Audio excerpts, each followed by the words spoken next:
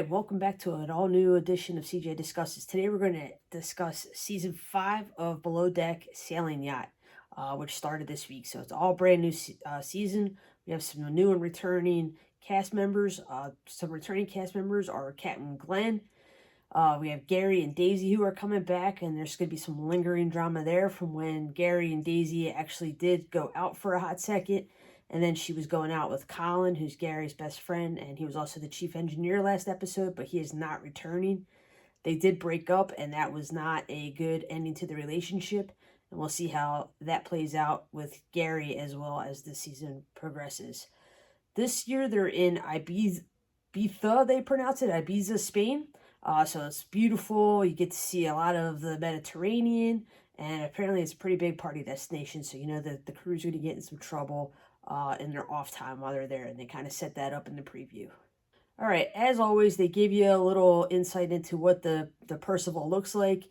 Captain Glenn talks to Gary about how it just had gone under some maintenance during the off season, which is great. You know, I get that. You got to keep the ship up.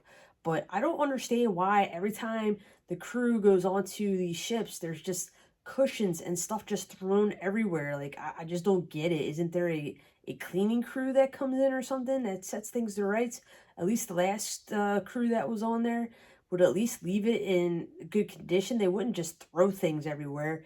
But maybe that's part of the drama, as you could see that this crew is trying to scramble. They only have 24 hours to get the ship ready to take off, because that first group of guests is coming on the next day. I think they could really get away with doing away with artificial messiness. I mean, it's just enough just trying to figure out the ship, introduce the new crew members to it, the new crew dynamics, as well as the provisioning issues that they will have. As you saw, you know, to some extent on last season's episode of Below Deck Mediterranean, where their original provisioner was just a hot mess and couldn't get anything. So I think there is a lot of issues with that. As well as, like I said, just the crew dynamics. We already know we have issues between Daisy and Gary. Then you have all these new people coming in. You know, you got to get to know them and know what their strengths and weaknesses are. I think they can really just focus on that piece of it. But that's what we got. So now they're cleaning it up, you know, getting ready to go and starting to figure out each other out. So the other big crew addition this year, obviously, is the chef. He's part of the big four. You got the captain. You got Gary, who's going to be the first mate this year, the first officer. You got Daisy, who's the chief stewardess, and then you got Cloyce, who's the chef. We find out that Cloyce is only 22 years old, which, you know, got some red flags going up on that. How much experience does this guy really have? He doesn't really tell us too much to begin with in this initial introduction, other than the fact that he's into older ladies. So, you know, he's already kind of looking at Daisy, which I'm sure is not going to go anywhere. But we do find out that we do have a deckhand who's 38, so maybe there'll be some sparks there. I don't know what the thought process is on bringing a guy in that's 22 years old to be your chef for the season, but apparently he's got a really good resume, so we'll see what he can put out. All right, Captain Glenn holds his first meeting, hoping to get things off on the right foot, and immediately there are issues between Daisy and Gary. Daisy's talking about how she needs to have open communications between her and the deck, and how there was some issues last year with her getting railroaded. Gary's not having it, and you can already tell that there's going to be issues between these two before we even get going. Captain Glenn holds his first preference sheet meeting with Gary, Daisy, and Cloyce, and we find out that the first group of guests is the main primary guests are a married doctor couple from Atlanta. They're bringing on some of their friends to celebrate their anniversary, and they're requesting a surf and turf as well as a leather and lace party, which should get pretty spicy. So that should be exciting. The only issue there is that some of the guests don't eat shellfish, so I don't know how you're going to have a surf and turf without some substitutions in there, which may cause some issues as we go. Next, we see that some of the stews and deckies are getting pretty cozy, and the sexual tension is flying. They're making some sexual innuendos with their drink preferences, as well as how they choose to stir them, as well as clean their fingers. So you can see that there's going to be some spiciness going on between the cast, which always happens, but I love seeing it. I'm sure it's going to bring some drama as we go on. And then we see that Daisy is upset with Gary for a very specific reason, and it's the fact that she didn't feel that Gary supported her during her breakup with Colin. And Gary admits that, he did cut off some communication with her, but Colin was his best friend. So, he really had to choose who he was going to support at the time. And he chose Colin. Daisy can't really be mad about that, but, she obviously is. Gary tries to apologize and they try to hug it out. So we get to a somewhat better place, but we'll see how this goes because she still has some lingering anger issues over how that all played out. The day ends, they get all their tasks done, and everybody heads off to their staterooms in order to get some sleep for the next day. As they begin the footage for the next day, we see that Cloyce is in the kitchen getting ready for the day, and he's, telling us the best way to cut an onion is by closing your eyes, and feels the need to go ahead and throw a blindfold on. And then we see him slicing the onion. I don't know why we had to see that other than the fact that he felt that he needed to show off his knife skills. I would have appreciated it better if he would have cut off one of his fingers, just to show that this isn't probably the best thing to do. But alas, he did not, so there's no gushing blood everywhere. And, he's shown us that he can cut an onion blindfolded. Some gratuitous action scenes there, I guess. Then Daisy joins him in the kitchen and they start talking about Cloyce's background, and he tells us that he's been cooking since the age of 4. He took some culinary program when he was in high school, as well as worked in a restaurant, and that chef sent him over to France when he was 15. So he's padding up his resume and making people feel a little bit better about his pedigree, but still, he's talking a big game, and I don't know if he can back it up. He tells Daisy that he wants to be retired by the time he's her age. She's like early to mid 30s, so it's not like she's that old. So he's basically saying in 10 years he wants to be retired, but here he is as a yacht chef. So he needs to get rich and famous fast if he's going to go ahead and pull that off.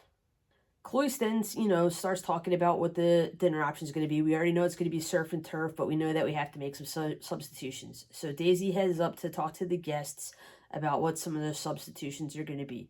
Where we find out that 2 of the guests don't eat beef. So you can't have, the traditional lobster and steak. So she asks if they want chicken instead. They say no, they would rather have lamb, which I thought was beef. But what do I know? I guess they like lamb over a steak. And then we already know that there's the one guest, at least, that is allergic to shellfish. So they're going to have snapper. Now, she goes up in front of all the guests and says, basically starts spouting off that there's options to dinner, and it becomes a choose-your-own adventure between all of the guests, which Cloyce has already said he doesn't want to do. He doesn't want to do, an order option. It's always been basically family style, or everybody's getting the same thing unless they have a specific issue with what is being served and they need to make a substitution. So now, basically, everybody's getting something different, and trying to track all that across 7 or 8 people is really hard. And they have it written down in the kitchen, but, it just leaves a window open for an issue to happen with the way that dinner is going to get served that night. And I think there's obviously some foreshadowing there that this probably isn't going to go well. While all this has been going on, the ship has obviously departed from the port, and it's headed out to its docking point so that they can enjoy some time out at sea and get out on some of the toys and just to enjoy the Mediterranean at that point. Captain Glenn, obviously, it's a sailing yacht, so he goes from motorboat yacht to sailing yacht, and we see that there are some issues because obviously they didn't lock down everything. So, some of the drawers and some of the cabinets fly open and there's stuff flying everywhere, but it's nothing big is falling out or breaking, so it's pretty much under control, and the ship isn't listing as much as we've seen it in previous seasons, so, the kitchen's still able to go ahead and function. They're setting up the table decor, and like we said, it's a leather and lace party. So, of course, they break out some of the sex toys that they have on one boat. It's 6 weeks at sea, Bring what you need in order to get you through the night. So we got some whips out on the table and some other, I don't really see any other sex toys that are out there, but they're just trying to get it into a S&M type theme for that evening's festivities. We see the guests getting ready for dinner, and they're instead of getting dressed up in their finest, they're wearing their dominatrix or submissive outfits, and really that's what they look like. Either you're a dominatrix for the night or you're the submissive for the night, and they come down to dinner. At that point, Khalees feels like he's got everything pulled together and he's ready to go ahead and serve, and that's when we find out that we're missing a lobster. So he's scrambling at that point to make sure all the rest of the plates are ready to go. He puts another lobster on. The food goes up to the table to get served, and that's where we find out that one of the steaks has sat too long and it went from medium to well done, and it comes back to the kitchen.